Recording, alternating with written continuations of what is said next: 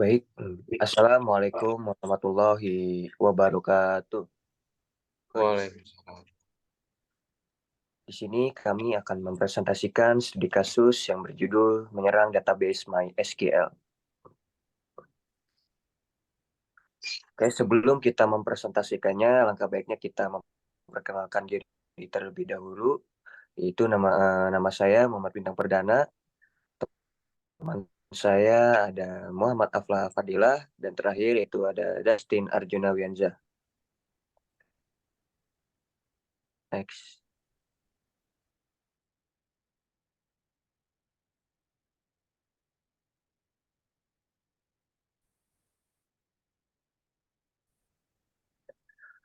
Oke, agenda pada presentasi ini yang pertanyaan refleksi dan terakhir itu ada penutup.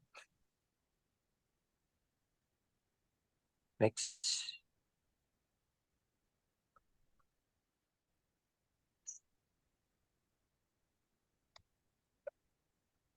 Tujuan pada studi kasus ini yaitu untuk melihat file PCAP dari serangan sebelumnya terhadap database SQL. Next.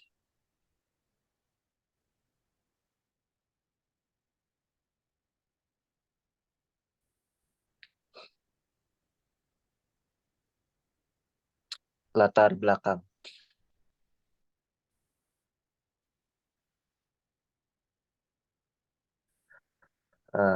Serangan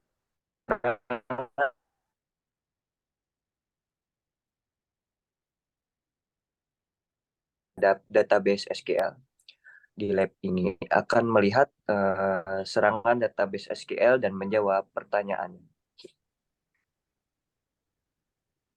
Next. Part 1.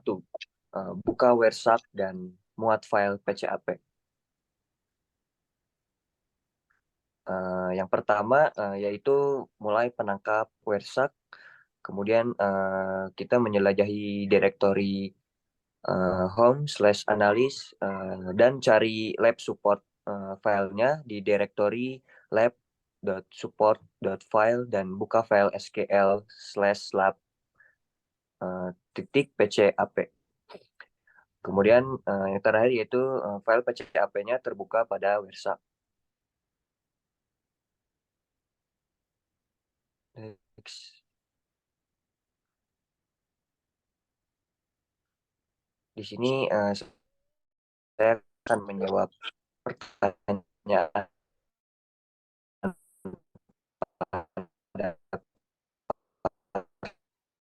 saya tampilkan.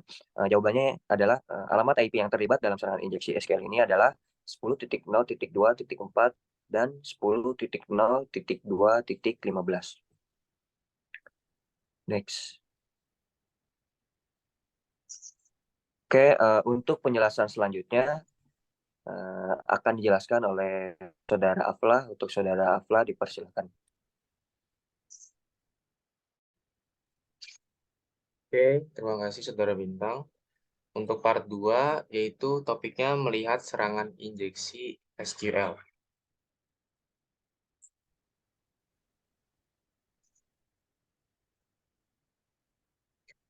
Oke, yang pertama dapat memulai penangkapan Wireshark. Kemudian pada baris ke-13 dapat klik kanan, kemudian memilih follow dan HTTP stream. Baris ke-13 ini dipilih dikarenakan merupakan permintaan get HTTP. Kemudian pada kotak find dapat memasukkan query satu sama dengan satu, kemudian klik find next. Adapun untuk yang berwarna merah merupakan lalu lintas dari sumber. Sumber mengirimkan permintaan get ke host 10.0.2.15. Untuk yang berwarna biru merupakan perangkat tujuan yang merespon kembali ke sumber. Oke, kemudian penyerang telah memasukkan query satu sama dengan satu ke dalam kotak pencarian user ID pada target 10.0.2.15.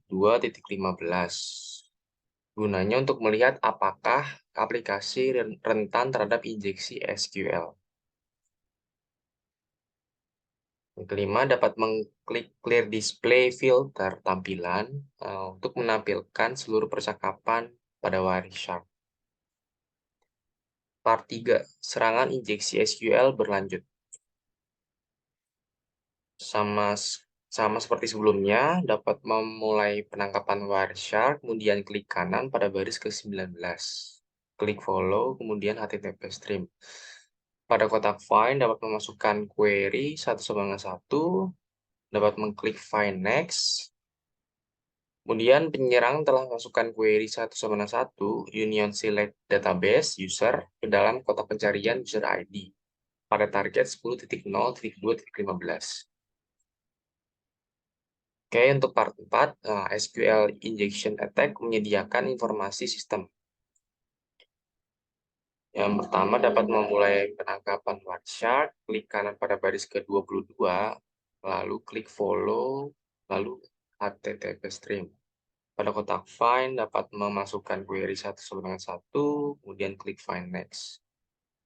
Oke, penyerang telah masukkan query 1 sama 1 union filling null versi ke dalam kotak pencarian user ID pada target 10.0.2.15 yang gunanya untuk menemukan pengidentifikasi versi.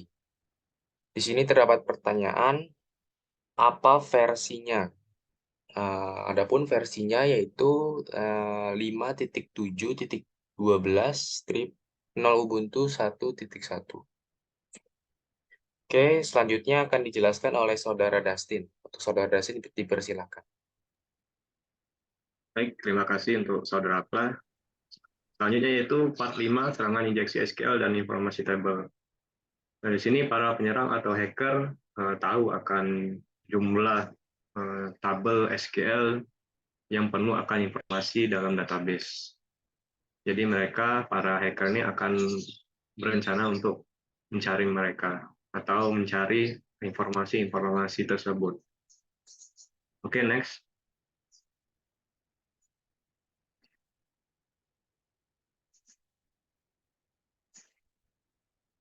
Nah, di sini kita mulai penangkapan Wireshark dengan klik kanan pada baris 25, lalu klik follow, kemudian pilih HTTP stream. Kemudian pada kotak find, masukkan 1 sama 1, lalu kemudian klik find next. Di sini penyerang atau hacker memasukkan query atau perintah 1 1 sama 1 union select null table underscore name from information underscore schema.tables ke dalam kotak pencarian user ID pada target data server ataupun host dengan IP 10.0.2.15 agar para hacker ataupun penyerangnya itu bisa melihat semua informasi tabel yang ada dalam database. Oke, next. Nah, di sini ada pertanyaan, apa perintah dimodifikasi dari 1 union select null column underscore name from information underscore schema dot columns where table underscore name sama dengan users. Lakukan untuk penyerang. Nah, di sini jawabannya yaitu database akan merespon dengan output yang jauh lebih pendek, yang dimana si database ini akan menampilkan tabel-tabel yang sudah difilter yang akan munculkan dengan kata user. Jadi lebih ringkas, hanya menyebutkan user saja. Next. Kemudian part 6 yaitu serangan injeksi SQL berakhir. Lanjut.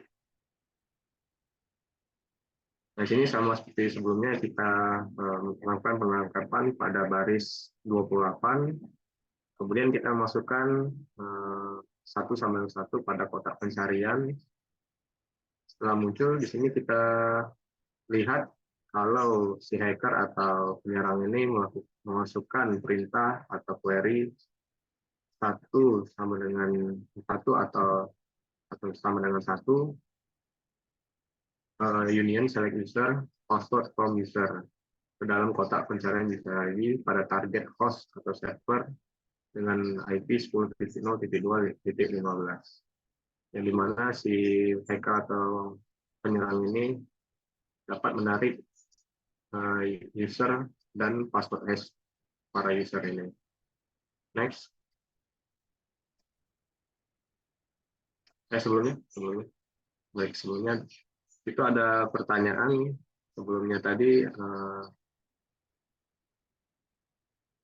Nah, sini ada pertanyaan, user mana yang memiliki password hash seperti yang ditampilkan pada pertanyaan, yaitu adalah user hack atau user 1337.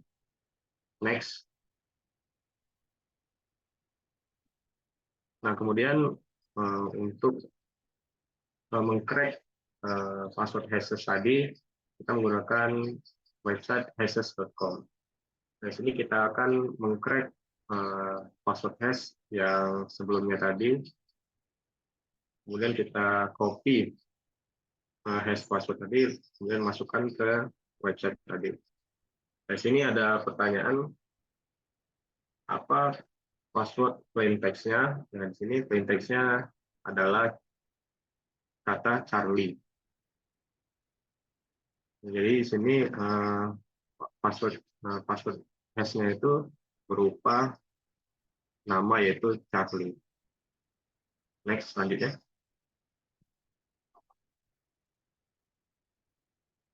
Selanjutnya yaitu pertanyaan refleksi. Nomor 1 yaitu apa resiko memiliki platform yang menggunakan bahasa SQL. Nah, resiko atau bahaya dari menggunakan bahasa SQL biasanya situs web umumnya digerakkan oleh database dan menggunakan bahasa SQL. Tingkat keparahan dari serangan injeksi SQL itu tergantung dari si hacker atau penyerangnya. Lalu yang nomor 2, browsing atau jelajahi internet dan lakukan pencarian pada mencegah serangan injeksi SQL. Lalu apa saja metode atau langkah yang dapat dilakukan untuk mencegah serangan injeksi SQL ini? Nah, di sini ada beberapa metode yang sudah kami cari di internet untuk mencegah serangan injeksi SQL, yaitu pertama memasang Web Application Firewall dan memasang Intrusion Prevention System atau IPS. Lalu memasang filter untuk karakter, memisahkan database, username, dan password, menggunakan parameterized queries, dan mengatur input validation. Oke, selanjutnya. Oke, terima kasih atas perhatiannya. Demikianlah presentasi kami. Mohon maaf apabila ada kurangan dan kesalahan. Pada Allah kami mohon ampun. Kami akhiri. Wassalamualaikum warahmatullahi wabarakatuh. Wabarakatuh.